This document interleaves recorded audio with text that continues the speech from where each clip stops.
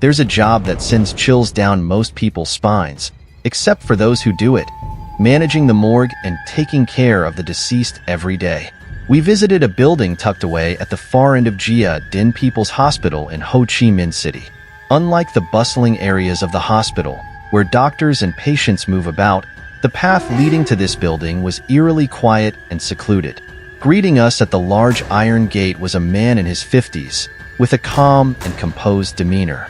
He is one of the few who dares to take on this rare job, overseeing and handling corpses in the mortuary, also known as the farewell home. If I don't do it, who will? The rhythmic chants of a prayer echoed faintly as we stepped into the first room of the farewell home. The facility consists of 4 rooms: the shrouding room, the storage room for bodies, the processing room for remains, and a staff break room. Each room name alone could send shivers down one's spine. Our guide was Mr. Lou Van Ban, 55, the team leader in charge of the mortuary at Gia Dinh People's Hospital. Despite the unsettling nature of his work, which makes most people recoil, Mr. Ban nonchalantly began his story. This morning, there was a traffic accident victim. Right now, the police are conducting a forensic autopsy in the operating room, so you can't go in yet. The pungent smell of decomposition wafted through the air, making us grimace even as we stood at the doorway. Mr. Ban has worked with the deceased here for nearly 30 years. In 1990, after finishing military service, the father of a friend I met in training camp introduced me to this hospital. Wanting stable employment, I decided to take a chance. And here I am, still at it. Mr. Ban shared about his journey into this chilling line of work. On his first day at the morgue, Mr. Ban admitted he was terrified. The initial encounter with a dead body haunted him for days. But he explained, "At first, of course, I was scared. But then I thought, if I don't do it, who will? So I just did it. Within a week, I began to adapt. This job is unique. It's not about doing it enough times to get used to it. It's about whether you have the heart to do it." Currently, the mortuary at Gia Dinh People's Hospital has 2 other staff members working alongside Mr. Ban, alternating shifts. Because the mortuary here is smaller than those in other hospitals, there are usually 2 staff members on duty during the day and only 1 at night. Mr. Ban explained his work. When the hospital notifies us, we quickly retrieve the body. If there are no legal issues involved, the deceased will be handled according to the wishes of their family. If the family wants the body prepared here, we complete the paperwork to proceed in the shrouding room. Otherwise, we release the body to them. Before handing the body over to the family, we always wash, dress, and clean the body. He also shared about cases involving severe accidents where limbs are no longer intact. Mr. Ban and his colleagues personally sew and reassemble the body as best as they can. For unclaimed bodies, they are stored in freezers in the storage room. The facility currently has 3 freezers, each capable of holding 2 bodies. Every day, Mr. Ban and his colleagues manage records, receive bodies from the hospital, process them, washing, stitching, dressing, freezing, assist families with necessary procedures, and provide support for shrouding ceremonies when needed. Initially, Mr. Ban just wanted a stable job, but he stayed because he found joy in helping others during moments of sorrow. This joy doesn't come from the loss itself, but from providing dignity to the deceased and offering support to grieving families during a time of confusion and pain. Yes, it's death, blood, and tragedy every day. But once you experience it, you understand. The warmth you feel helping a living person is clear, but the warmth from helping the dead is twice as fulfilling. Not everyone gets it. If you're not going to do it right, don't do it at all. But for those who do, they stick with it for decades, Mr. Ban reflected. Joys and sorrows in befriending the dead. After nearly 30 years surrounded by death, Mr. Ban and others in his line of work have collected countless memories, both happy and sad. He speaks about washing bodies, stitching them up, and keeping watch over them at night with a surprising calmness. Yet, when asked about unforgettable moments, he fell silent for a long time before speaking. In this job, it's not just about getting used to the bodies. There's something much harder to get used to, the loss. Even after decades, I can't forget the time I prepared the body of a father who passed away, leaving behind his wife and young child. That child cried, calling Daddy. Then turned to ask their mother, "Will Daddy wake up?" Out of nowhere, tears streamed down my face, even though I thought I'd never cry while doing this job, Mr. Ban shared, his eyes red. Understanding the sacred emotional bonds between people, Mr. Ban approaches his work with utmost care. Aside from overseeing and handling bodies, he and his colleagues often reach out to donors, charitable organizations, or directly propose assistance to the hospital for families unable to afford a proper burial. He assured us that no one is ever left in the cold morgue for long. Many people have tried this job. Some vomit, some get dizzy, and others can't sleep afterward.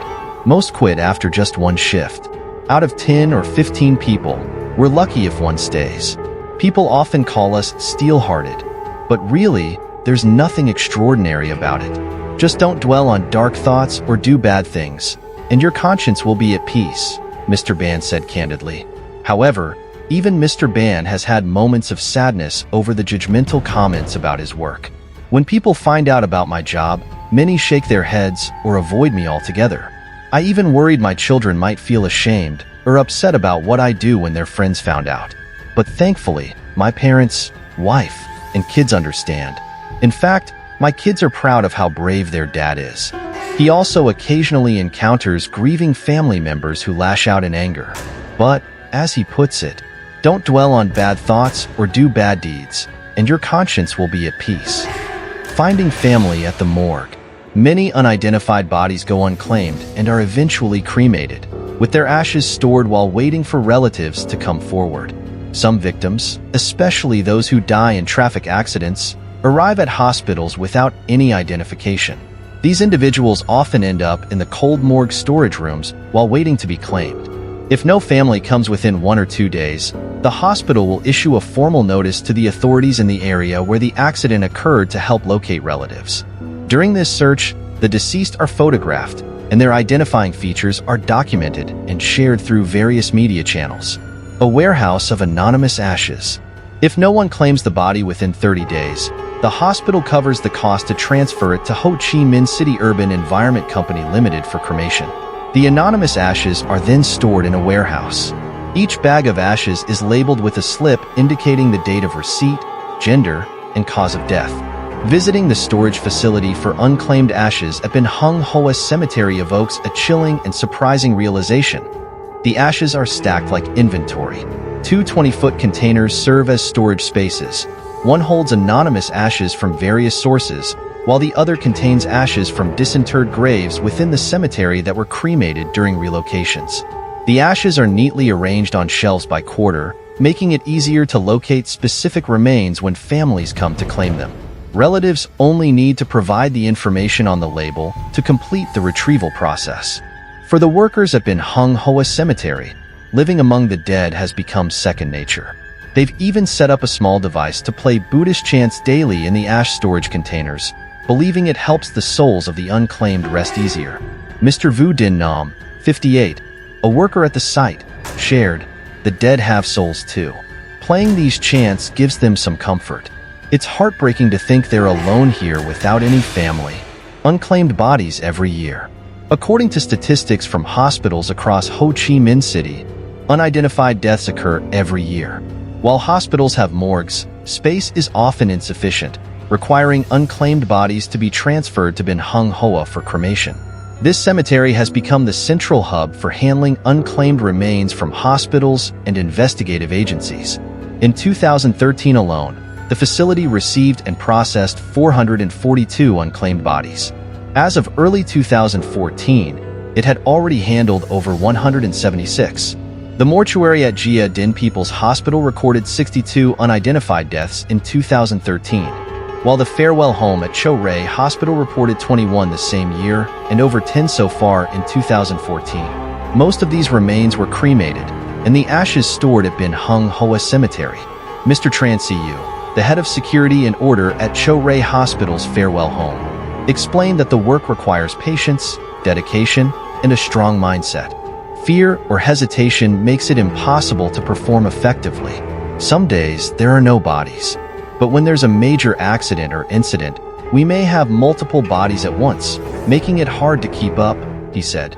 Staff often have to explain the procedures to grieving families, who may be overwhelmed with grief and insist on taking the body immediately, disregarding regulations.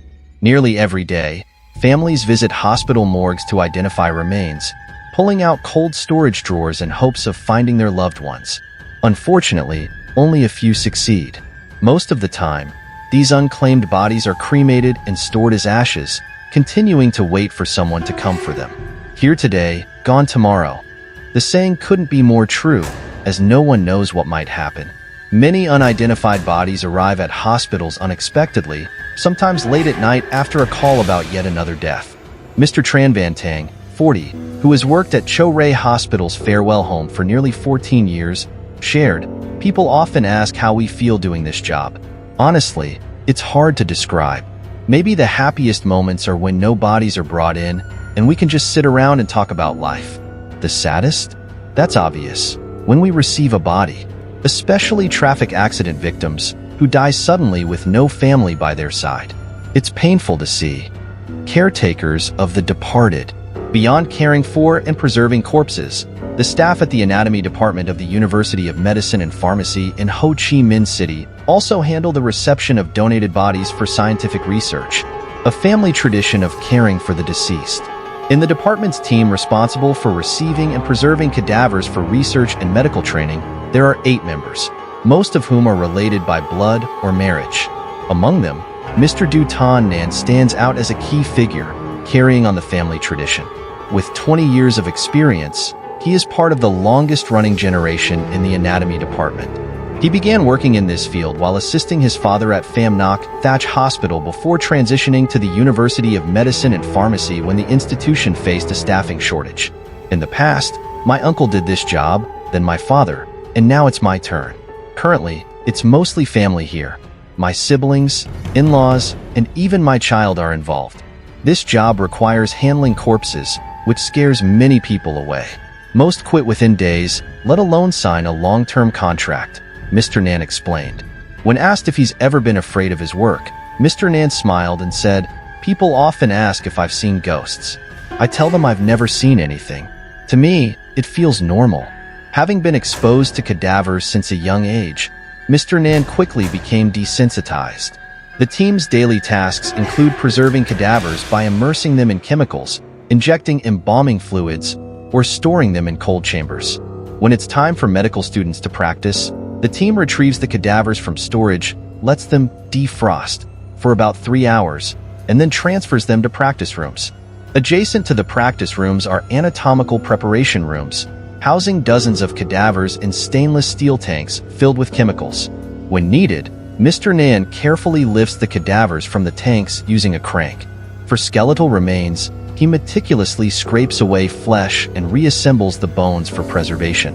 This job requires understanding how bones fit together, for example, where cervical or lumbar vertebrae belong. "I learned most of this from my predecessors since there's no formal training," Mr. Nan said.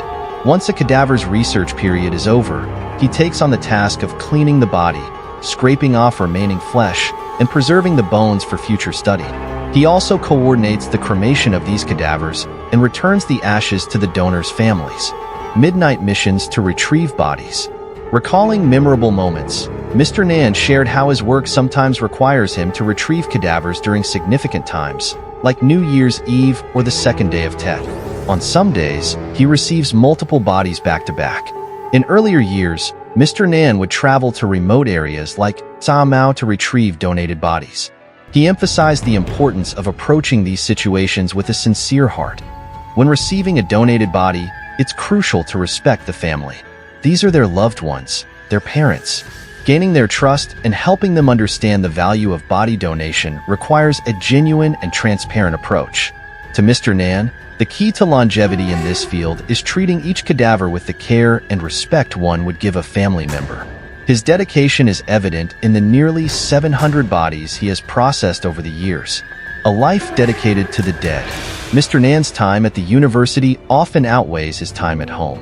Body donations can occur at any hour, requiring him to remain on call, sometimes staying overnight.